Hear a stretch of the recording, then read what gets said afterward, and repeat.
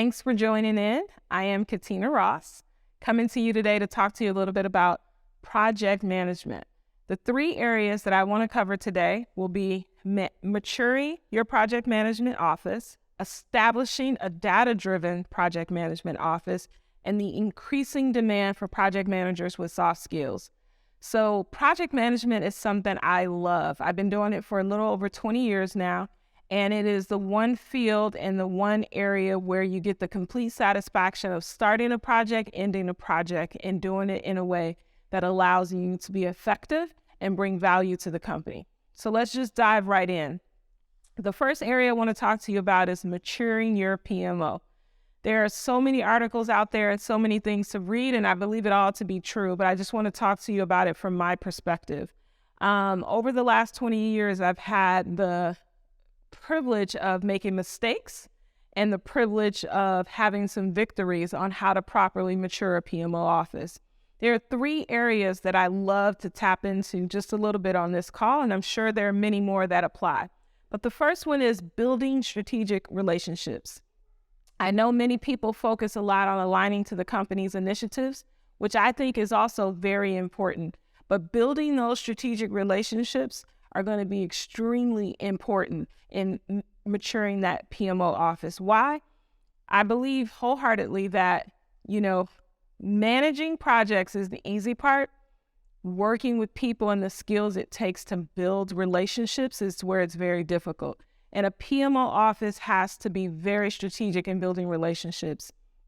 Some of the most important things that I do when I first come in is understand the departments that I'm working with and how they operate. Understanding your clients and customers and how they operate brings a level of trust to your PMO office. And trust me, as a project manager, and I know many of you project managers can relate to this, you want to build trust.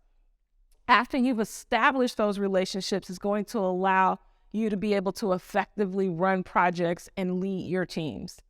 The second thing that's really important is coming in to understand how do they operate today. A lot of times we may have situations where people are eager to get in and make change, and change is good, but change is difficult for most people. And in order for you to be effective in that change, you want to make sure you understand how they currently operate today so that you can effectively look for your quick wins and then build on that to be able to establish new processes. What I find is that most people are afraid of change and they push back on change, which then in turn put project managers in a position where when they're trying to put policy and procedure in place and establish governance, they get a lot of pushback. You'll probably get less pushback if you go into it with a little empathy and compassion, because people have been operating and running from day to day. And if we're coming in trying to now establish something new, we got to make sure we have context and understand where people are coming from.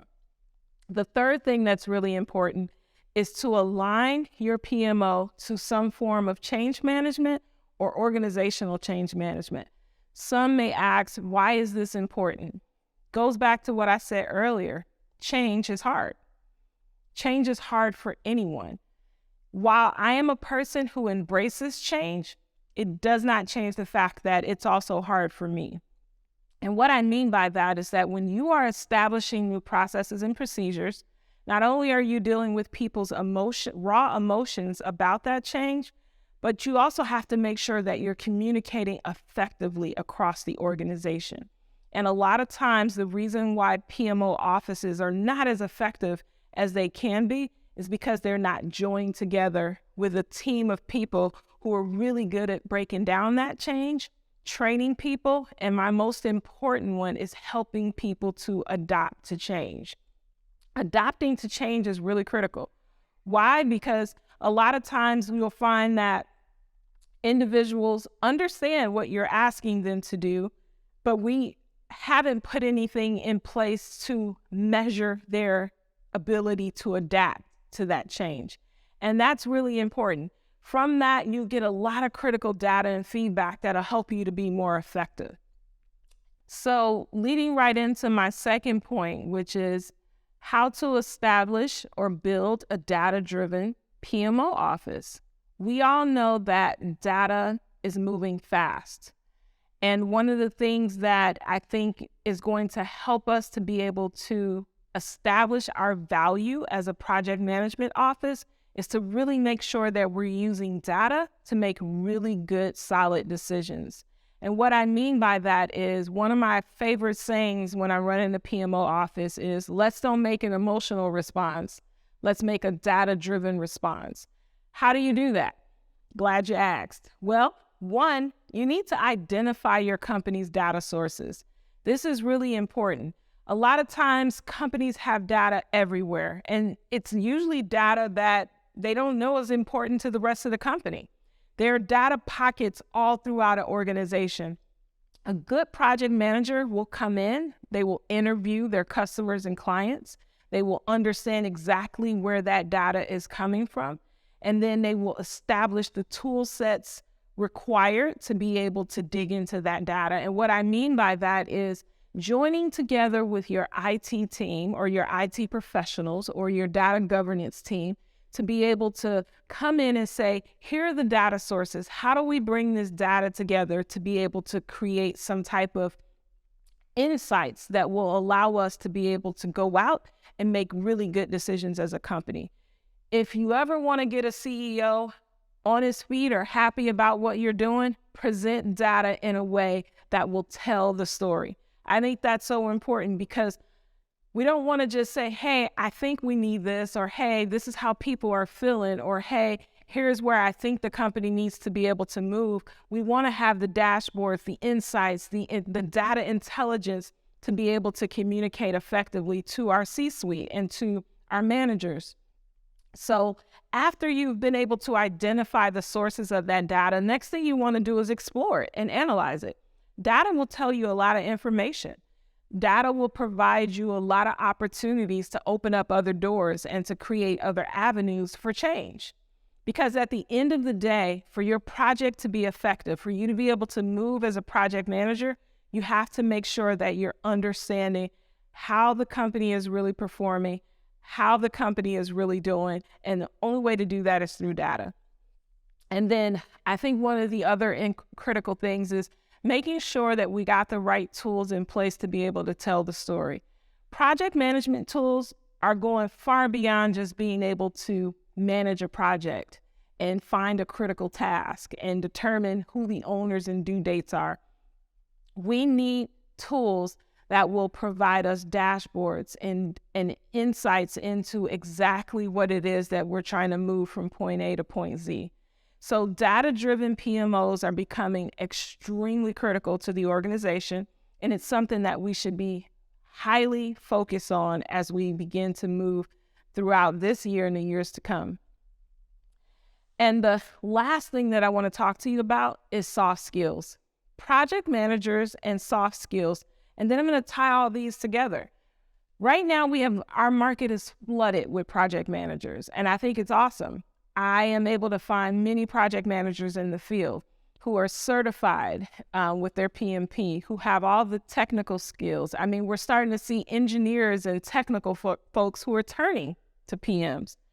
But one of the areas as a manager that I get concerned with is I don't have people who have good leadership skills all the time and presentation skills and negotiation skills.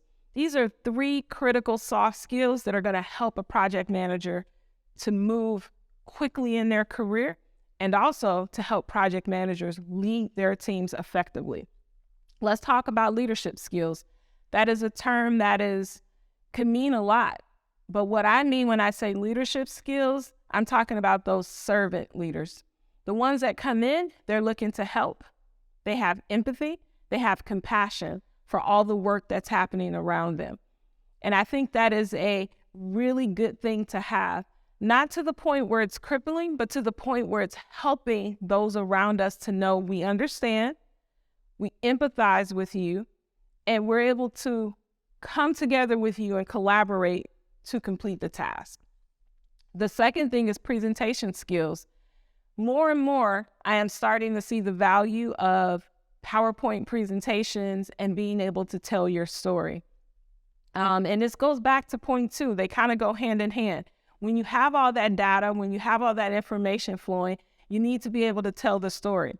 And a lot of times you're telling that story through the art of presentation, being able to get in front of a C-suite, in front of your managers and your leaders within the company, and present to them what you've learned, present to them how a project is moving and how effective it is. These presentation skills are extremely important, but I'm finding that it's something that's very difficult for a lot of PMs. And then the third one, this was really big for me, is the negotiation skills. Just a quick story. At one of my previous companies, I had become good friends with one of the sales guys, and I loved the way he moved about the company and how he handled our customers. He wasn't a slick salesman or anything like that. The thing that I appreciated about him is he was able to come in and help the customers to understand what they didn't know they needed. And I thought that was really cool.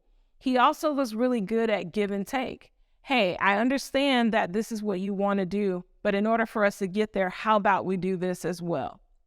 He was really skillful at his negotiation, and it helped me to see it was a skill set that I've never learned. It was a skill set that I just didn't have. As a project manager, I thought my skill set was this is what we need to do and let's get it done. While that's true, I also have to understand not every department is going to be able to march to that order, so to speak. So being able to negotiate and use that as an art form to move a project along its path is super critical. It was a skill set that I quickly picked up on. By no means am I a salesperson and I know how to go in and negotiate deals, but I have picked up on skill sets that will allow me to be a little bit softer in my finesse and my approach to working with different clients and helping them to get what they need to get done. So I say all that to say, hey, you want to mature your PMO, you want to get it to where it needs to be, start being more data-driven, focus on those soft skills, and you will build a stellar project management office. Thank you guys for tuning in. I'm Katina Ross. I look forward to talking to you more in the comments. Have a great day.